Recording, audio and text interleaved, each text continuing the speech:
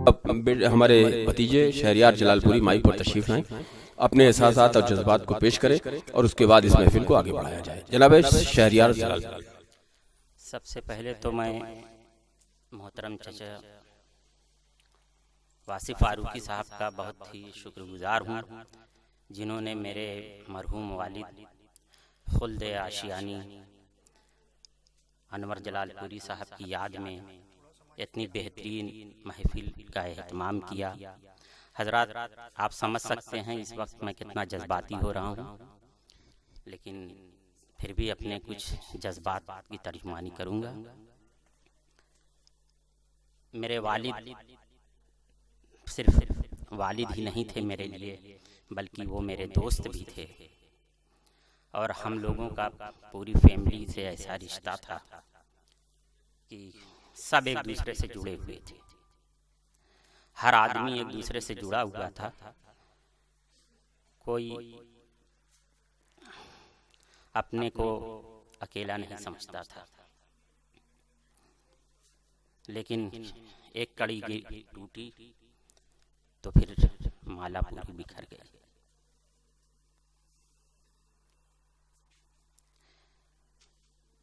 मैं अपने वालिद साहब के बारे में और क्या बताऊं। उनके बारे में तो पूरी दुनिया जानती है। उनके बारे में जितना कुछ मीडिया में आया, बहुत कम लोगों के हिस्से में ये शरफ आता।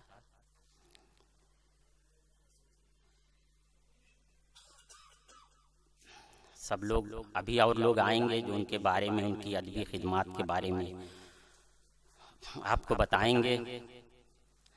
मैं बस इतना ही कह सकता हूं, क्योंकि मैं बहुत ही जज्बाती हो रहा हूं, इसलिए मैं बहुत कुछ नहीं कह सकता। और उनके बारे में कुछ बताने के लिए भी नहीं है। सब लोग उनके बारे में बहुत कुछ जानते हैं। बहुत बहुत शुक्रिया आप तमाम हजरात का, जो लोग यहाँ तशरीफ़ लाए हैं अपना कीमती वक्त निकाल कर। मैं मुखातिब फाउंडेशन की आयशा अयूब साहिबा का भी शुक्रिया अदा करता हूँ। चचा वासिफ फारूकी साहब का भी शुक्रिया एक बार फिर अदा करता हूँ, जिन्होंने इस महफिल का एहतमाम किया। बहुत बहुत आइए साहब, अब बाज़ाब्ता तौर पर इसको आगे बढ़ाया जाए। निजामत के लिए मैंने खास तौर पर अपने बहुत प्यारे भाई मारूफ रायबरेली से कहा कि वो इस महफिल की निजामत करें। उन्होंने खुशी महसूस की और वो रायबरेली से चलकर यहाँ तशरीफ लाए।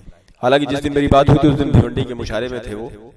ये सब लोग महाराष्ट्र के मुशारों से थके थकाए आज ही और कल वापस आए हैं। लेकिन ये अनवर जलालपुरी साहब की शख्सियत का जादू भी है, उनसे लगाव का मजहर है इनकी सबकी मौजूदगी यहाँ। जनाब जौहर या शबीना अदीब जैसी शख्सियतें इस नशिस्तों के लिए मुहैया हो जाएं आसानी से, ये मुमकिन नहीं होता है।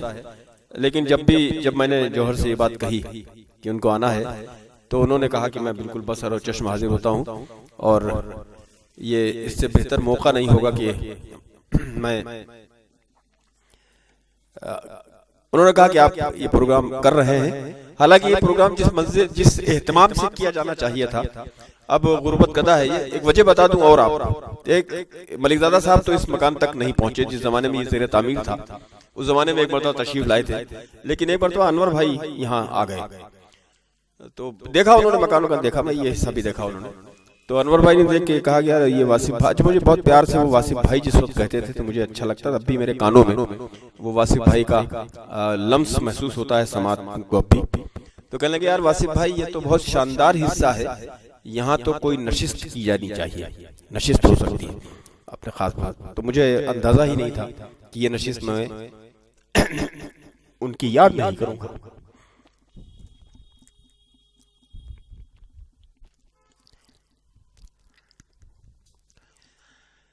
तो आइए जनाब, इसको अब बाज़ाब्ता सिलसिला शुरू किया जाए और जनाब मसरूफ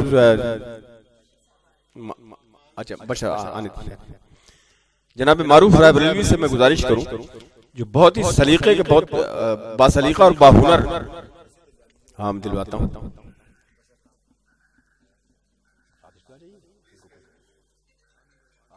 आ जाइए इधर आ जाए। तो ये जगह यकीनन तंग है, लेकिन दिल कुशादा हैं सबके, बहुत अभी गुंजाइश है, अभी तो 10-20 आदमी एडजस्ट हो सकते हैं, लेकिन सरदार का एडजस्ट होना बड़ा मुश्किल होता है। आदमी तो बहुत से, अब आदमियों को सरदार अगर आ जाए तो उसको कहाँ एडजस्ट किया जाए।